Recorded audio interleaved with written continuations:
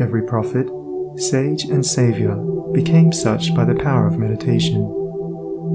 Buddha meditated upon the truth until he could say, "I am the truth."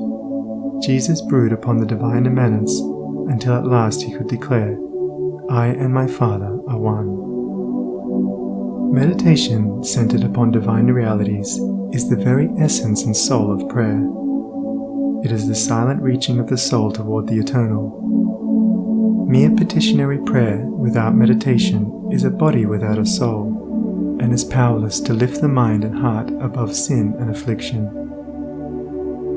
If you are daily praying for wisdom, for peace, for loftier purity, and a fuller realization of truth, and that for which you pray is still far from you, it means that you are praying for one thing while living out in thought and act another. If you will cease from such waywardness, taking your mind off those things the selfish clinging to, which debars you from the possession of the stainless realities for which you pray.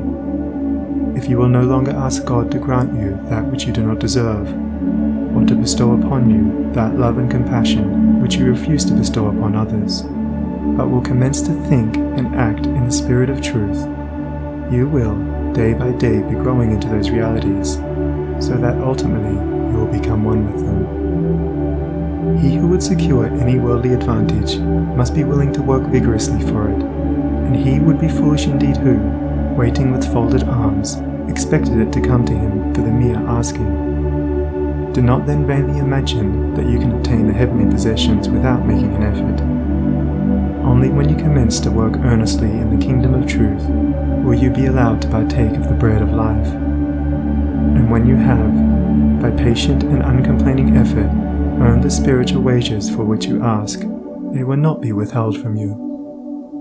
If you really seek truth, and not merely your own gratification, if you love it above all worldly pleasures and gains, more, even, than happiness itself, you will be willing to make the effort necessary for its achievement.